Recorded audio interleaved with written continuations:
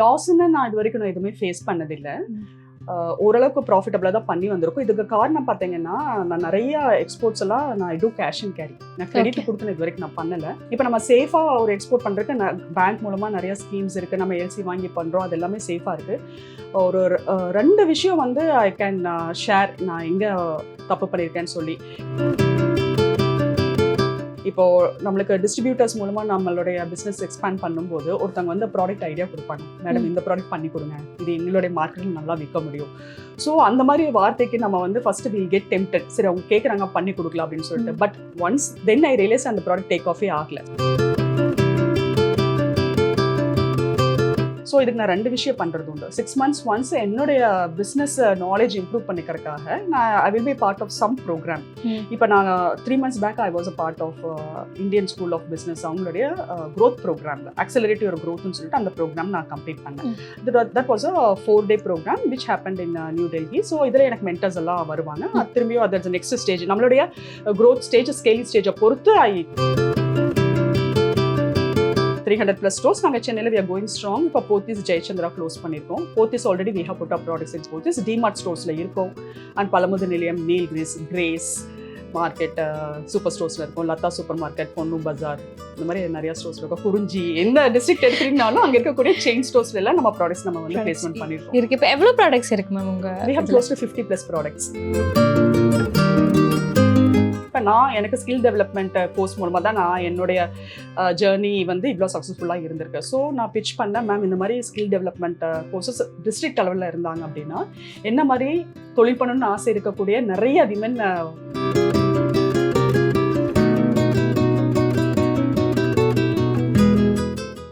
நீங்கள் காலேஜில் business start பண்ணீங்க, அதுக்கப்புறம் ஒரு break and then you starting a business. It's been like almost 8 years, 7 to 8 years ஆச்சு இல்லையா? ஸோ உங்களோட அந்த பிஸ்னஸ் ஜேர்னி நீங்கள் எப்படி மேம் பார்க்குறீங்க? I feel very happy. ஒரு சாட்டிஸ்ஃபேக்ஷன் இருக்குது. பிகாஸ் சின்ன வயசுலேருந்து நான் ஷேர் பண்ண மாதிரி ஏதோ ஒன்று நான் எனக்காக பண்ணணும், நான் தனியாக சாதிச்சு காமிக்கணுங்கிற ஒரு எண்ணம் சின்ன வயசுலேயே இருந்தது. ஸோ என்னோட ஜேர்னி பார்க்கும்போது it gives me the satisfaction. எங்கேருந்து இவ்வளோ தூரம் வந்திருக்கோங்கிறது.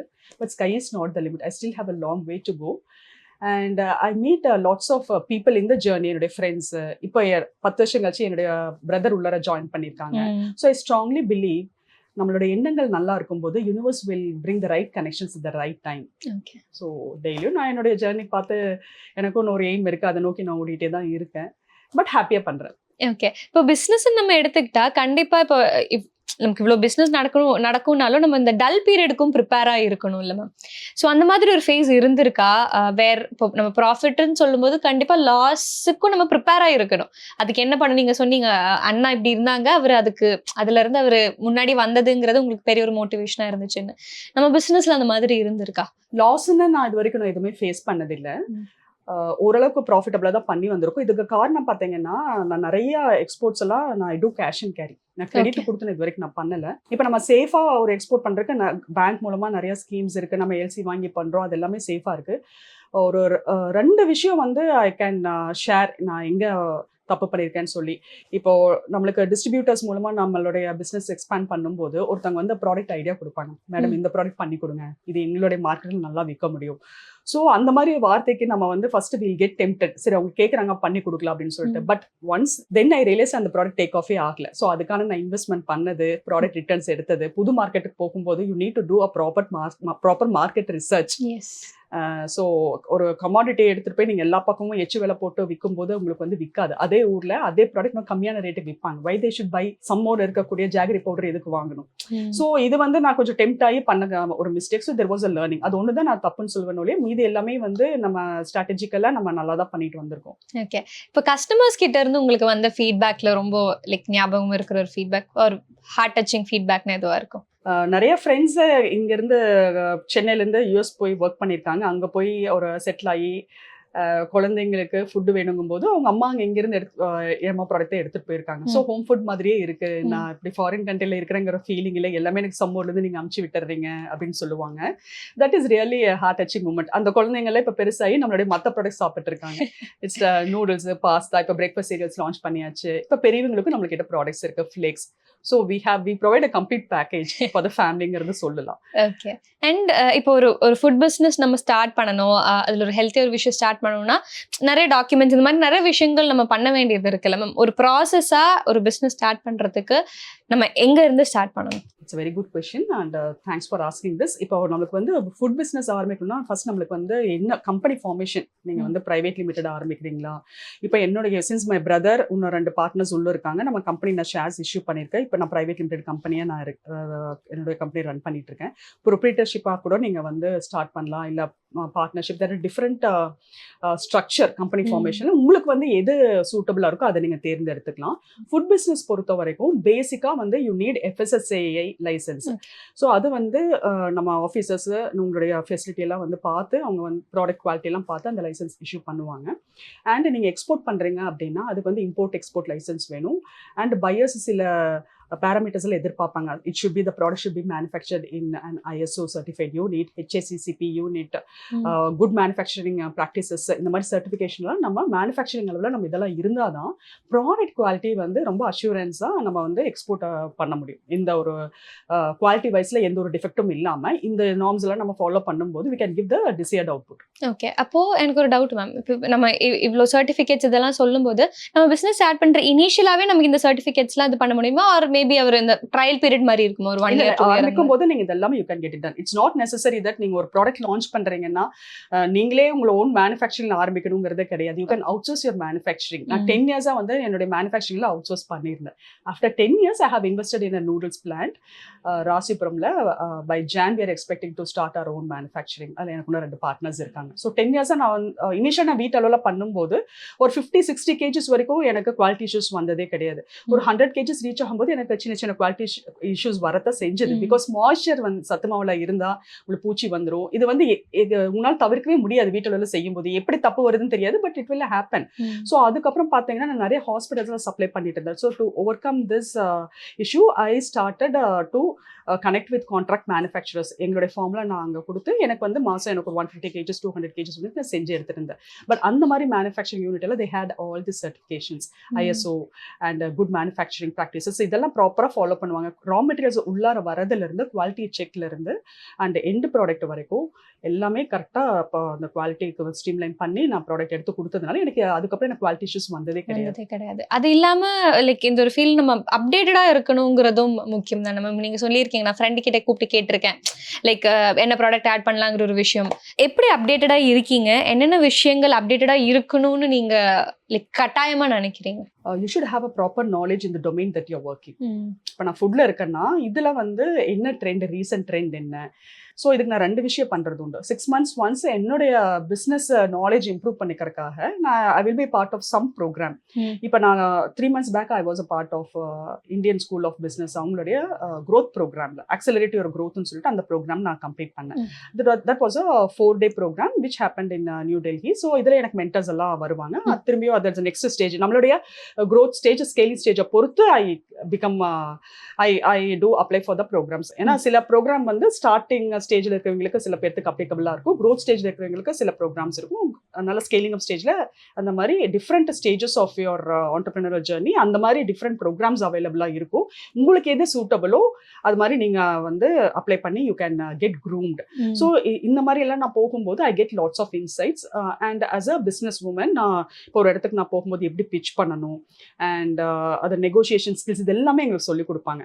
அண்ட் ஃபுட் பிஸ்னஸ் அந்த இன்ட்ரிகசிஸ் இன் ஃபுட் பிஸ்னஸ் இதை பற்றி நான் கற்றுக்கிறதுக்கு that is a different thing that I learn. இப்போ அக்ரி யூனிவர்சிட்டிக்கு நான் போவேன், ஐ கனெக்ட் வித் சயின்டிஸ்ட். ஸோ நிறைய இன்ஸ்டிடியூஷன்ஸில் ஐ கோ விசிட் ரெகுலர்லி.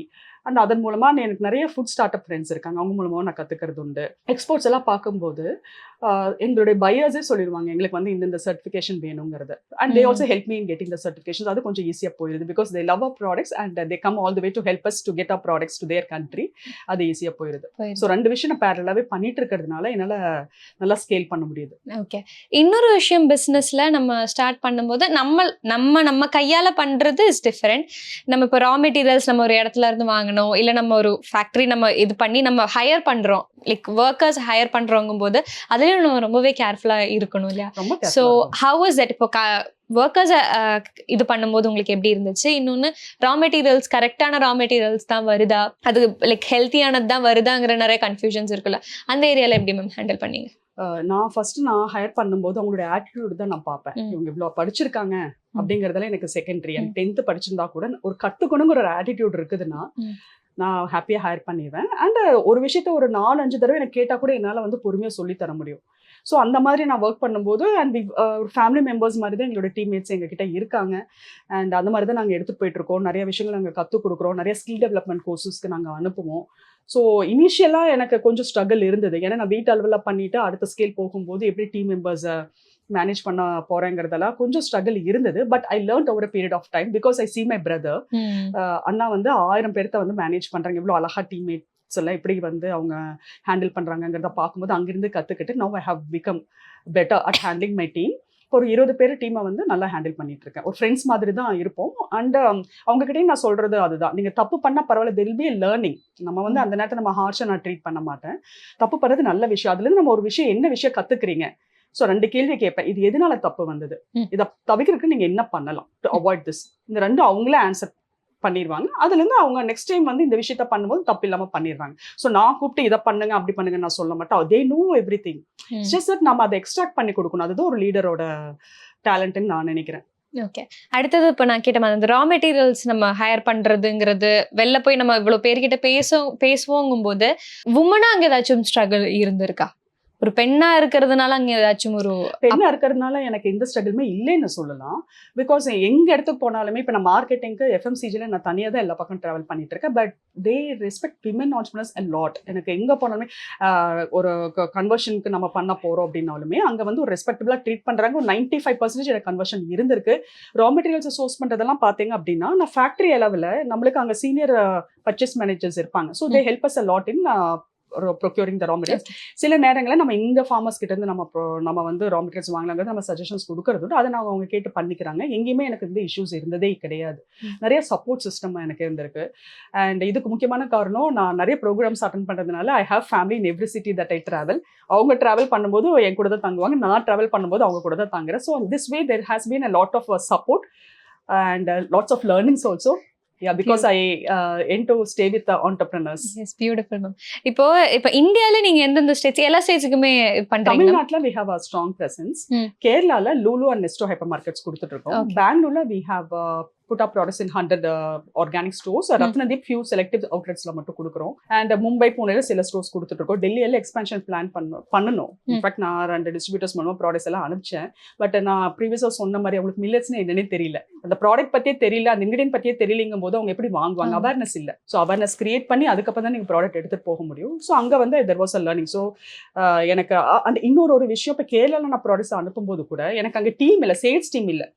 ஸோ எனக்கு எங்க உங்களுக்கு சேல்ஸ் டீம் இல்லையோ அங்க நீங்க ப்ராடக்ட் மட்டும் கொடுத்துட்டு நம்மளுக்கு வந்து பொருள் வித்து காசு வருங்கிறது நீங்க எதிர்பார்க்கவே முடியாது. ப்ராடக்ட் ஷெல்ஃப்ல பிளேஸ் பண்றது ஒரு challenge. The product has to sell, has to take off from the shelves. அதுக்கு நீங்க என்ன பண்ண போறீங்க? as a brand owner நீங்க என்ன பண்ண போறீங்க? இந்த மாதிரி நிறைய ஆக்டிவிட்டிஸ் இருக்கு, ஒன்னோட ஒன்று இணைந்தது. there was a learning for me. Millets பத்தி தெரியாத இடத்துக்கு நம்ம வந்து மார்க்கெட்டிங் எஃபர்ட் இப்போதைக்கு எங்களுக்கு பட்ஜெட் இல்லைங்கிறனால நாங்க போடுறது இல்லை. எங்க நம்மளுக்கு ஒரு அவேர்னஸ் இருக்கோ அதுவே பெரிய மார்க்கெட். ஸோ 300+ ஸ்டோர்ஸ் நாங்கள் சென்னையில் we are going strong. இப்போ போத்தீஸ் ஜெயச்சந்திரா க்ளோஸ் பண்ணியிருக்கோம். Pothys already we have put up products in Pothys. DMart ஸ்டோர்ஸில் இருக்கோம். And Pazhamudhir Nilayam, Nilgiris market super ஸ்டோர்ஸில் இருக்கும். லதா சூப்பர் மார்க்கெட், பொன்னு பஜார், இந்த மாதிரி நிறைய ஸ்டோர்ஸ்ல இருக்கும். குறிஞ்சி, எந்த டிஸ்ட்ரிக்ட் எடுத்துட்டீங்கனாலும் அங்க இருக்கக்கூடிய செயின் ஸ்டோர்ஸ்ல எல்லாம் நம்ம ப்ராடக்ட்ஸ் நம்ம வந்து பிளேஸ்மென்ட் பண்ணிருக்கோம். இருக்கு. இப்போ எவ்வளவு ப்ராடக்ட்ஸ் இருக்கு மேம் உங்க? we have close to 50+ products. 50+ products. And இப்போ ஃபியூச்சர்ல உங்களுக்கு என்ன மாதிரி இந்த பிசினஸை டிரான்ஸ்ஃபார்ம் பண்ணணும்னு இருக்கு, என்ன மாதிரி ப்ராடக்ட்ஸ் கொண்டு வரணும்னு இருக்கு? இன்ஸ்டன்ட் ஃபுட்ஸை வந்து I want to focus more. For example நாங்கள் நூடுல்ஸ் பிளான்ட் நான் செட் பண்ணியிருக்கேன்னு சொன்னேன் இல்லைங்களா, அதில் R&D பண்ணி இன்ஸ்டன்ட் கப் நூடுல்ஸ் பண்ணணும். On the go, just hot water போட்டு 5 மினிட்ஸ்ல வச்சா நீங்க வந்து you can have it. It should be healthy. So அந்த இதில் ஆயில் ஃப்ரை பண்ணாம அது எப்படி இன்ஸ்டன்ட்டாக பண்ணலாங்கிறது we need to get deep into it to do R&D and launch the product. அதுக்கான ஒர்க்கு இனிஷியேட் பண்ணிட்டோம். இன்ஃபேக்ட் நாங்கள் இப்போ பண்ணக்கூடிய ஆயில் ஃப்ரை பண்ணாத நூடுல்ஸ் பட் 10 மினிட்ஸ் ஆகும் அது cooking time.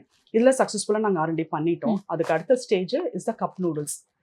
Convenience food on the go, அதை வந்து நம்ம ஹெல்த்தியாக கொடுக்கணும். மில்லட்ஸ் போட்டு நம்ம ஹெல்த்தியாக கொடுக்கணுங்கிறது என்னுடைய ஒரு விஷன் கூட வச்சுக்கலாம். Okay, super ma'am. அண்ட் கடைசியாக எனக்கு ஐ சர்வ் போஸ்ட் இன் இன்ஸ்டாகிராம், நீங்கள் நிர்மலா சீதாராமன் மேம் கூட நிற்கிறது. How did that happen ma'am? Nirmala Sitharaman ma'am வந்து கோயம்புத்தூர் வந்திருந்தாங்க. ஒரு 15 accomplished women from Kongu belt மட்டும் செலக்ட் பண்ணாங்க. நிறைய பேர் ஸ்போர்ட்ஸில் இருந்தாங்க. அண்ட் ஒரு 4 விமன் ஆண்டர்பிரினர்ஸ்க்கு அந்த ஆப்பர்ச்சுனிட்டி வந்தது. இன்ஃபேக்ட் அதை நம்ப முடியாத ஒரு இதாக தான் இருந்தது, நிகழ்வாக தான் இருந்தது. பிகாஸ் த ப்ரீவியஸ் நைட்டு 9:30 தான் அது கால் கன்ஃபார்ம் ஆச்சு தட் ஐ காட் செலக்டட் அப்படின்னு சொல்லிட்டு.